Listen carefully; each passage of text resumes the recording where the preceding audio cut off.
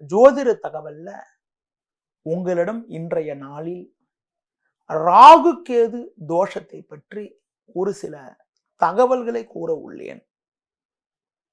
பொதுவாக ராகு கேது தோஷத்தை பற்றி பழங்கால புத்தகங்களில், அதாவது மூல நூல்களில் அதிகப்படியான கருத்துகள் கிடையாதுங்க.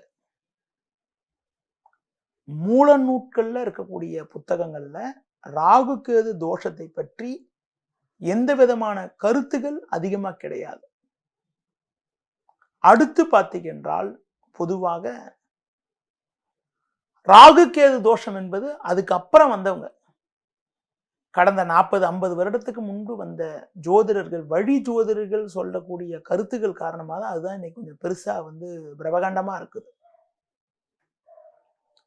ஒரு திருமண சம்பந்தமாக ஒரு பெண் ஜாதகத்தையோ ஒரு ஆண் ஜாதகத்தையோ எடுத்து நம்ம திருமணத்திற்காக வரன் பார்க்க போகின்ற பொழுது, ஒரு பெண்ணோட ஜாதகத்தை கொடுத்தாலும் சரி, ஆணோட ஜாதகத்தை கொடுத்தாலும் சரி,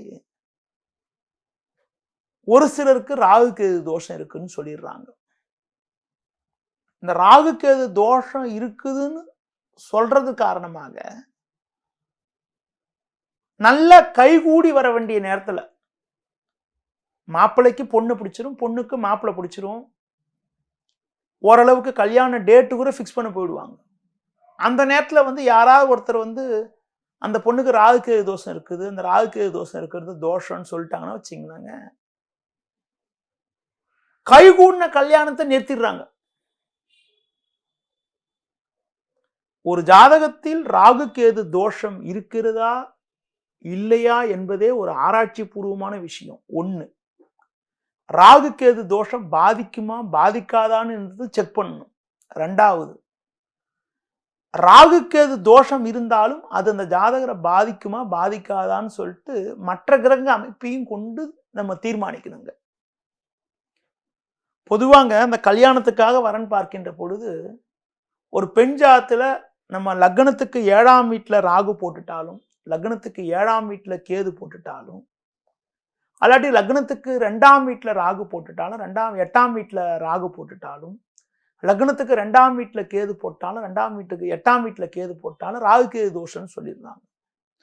அதுக்கப்புறம் என்னன்னா, ராகு கேது பிடிக்குள் எல்லா கிரகம் இருந்துட்டாலும் அது ராகு கேது தோஷம்னு சொல்லியிருந்தாங்க. அதாவது பொதுவா 7ஆம் வீட்டுல ராகு இருந்தாலும் ஒரு சில இடங்கள்ல பாத்தீங்கன்னாங்க, ஜோதிடத்தை நம்ம ரொம்ப நுணுக்கமா பார்க்கணும். என்ன நுணுக்கமா பார்க்கணும்னா, ஒரு லக்னம் என்பது 2 மணி நேரங்க. அந்த 2 மணி நேரம் பிறக்கிறவங்க எல்லாருக்குமே அதே லக்னம்னு நம்ம எடுத்துக்க முடியாது.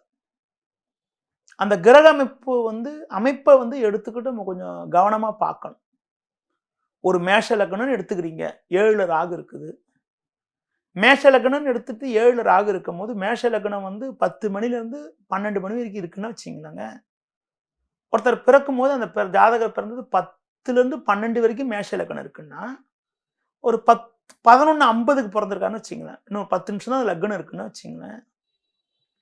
அப்படி பிறக்கிறவருக்கும் 7 தான் ராகு இருக்குன்னு நம்ம எடுத்துக்க முடியாது.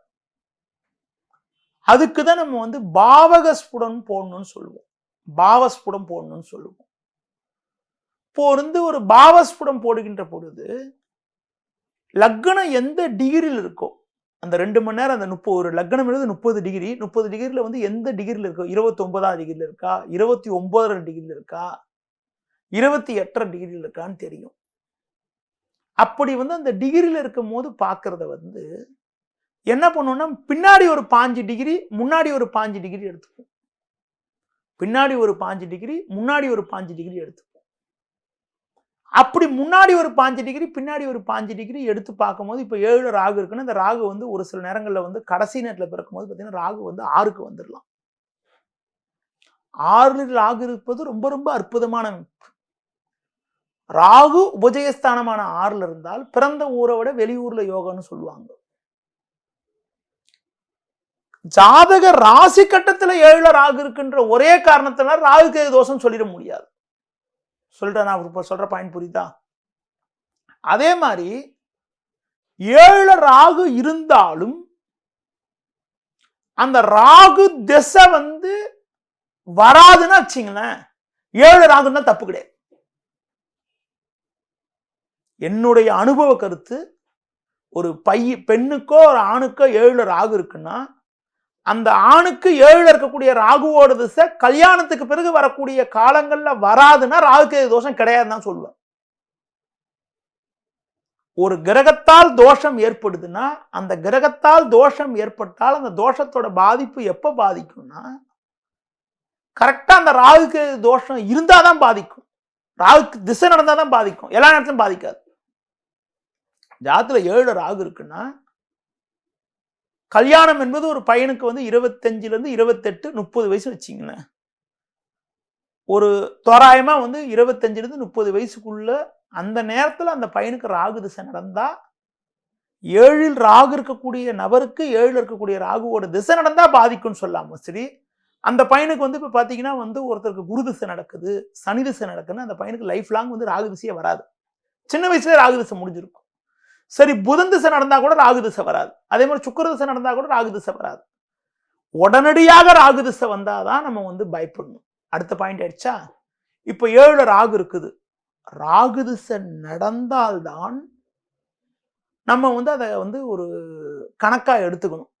அடுத்த பாயிண்ட் என்ன, அது மாதிரி ராகு திசை நடக்குதுன்னா, வரக்கூடிய பெண்ணுடைய ஜாதகத்துல பெண் வந்து ராகுவோட நட்சத்திரம் பிறந்தாலோ, பெண்ணுடைய ஜாதகத்துல 7க்கு அதிபதி ராகுவோட நட்சத்திரம் இருந்தாலோ, அடுத்து பார்த்தீங்கன்னா பெண் ஜாதகத்துல ராசிக்கு 7 ராகு இருந்தாலோ, ஒருத்தருக்குள்ள ஒருத்தர் ஒத்து போறதுக்கான வாய்ப்புகள் உண்டு.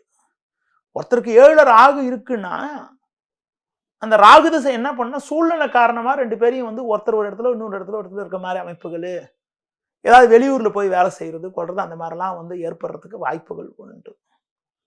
அடுத்து பார்த்தீங்க என்றால், ஒரு பெண்ணுக்கு 7 ராகு இருந்தாலும் அந்த ராகு பாவகிருதியாக எப்படி இருக்குன்னு பார்க்கணும். அல்லாட்டி உடனடியாக ராகு திசை நடக்குதான்னு பார்க்கணும். அப்படி உடனடியாக ராகு திசை நடந்தால், ராகுக்கேது தோஷம் இருக்கிற மாதிரி ஜாதகம் பார்த்தாலும் நல்லது, ராகுக்கு நட்சத்திரம் பிறந்த ஒரு வரனை பார்த்தாலும் கொஞ்சம் நல்லதுன்னு சொல்லலாம். இன்னைக்கு உங்ககிட்ட ராகுகேது தோஷத்தை பத்தி ஒரு சில கருத்துக்கள் சொல்லியிருக்கேன். அனுபவ கருத்துக்கள், நிறைய இடம் பேசுகின்ற போது இருக்கக்கூடிய கருத்துக்களை சொல்லியிருக்கேன்.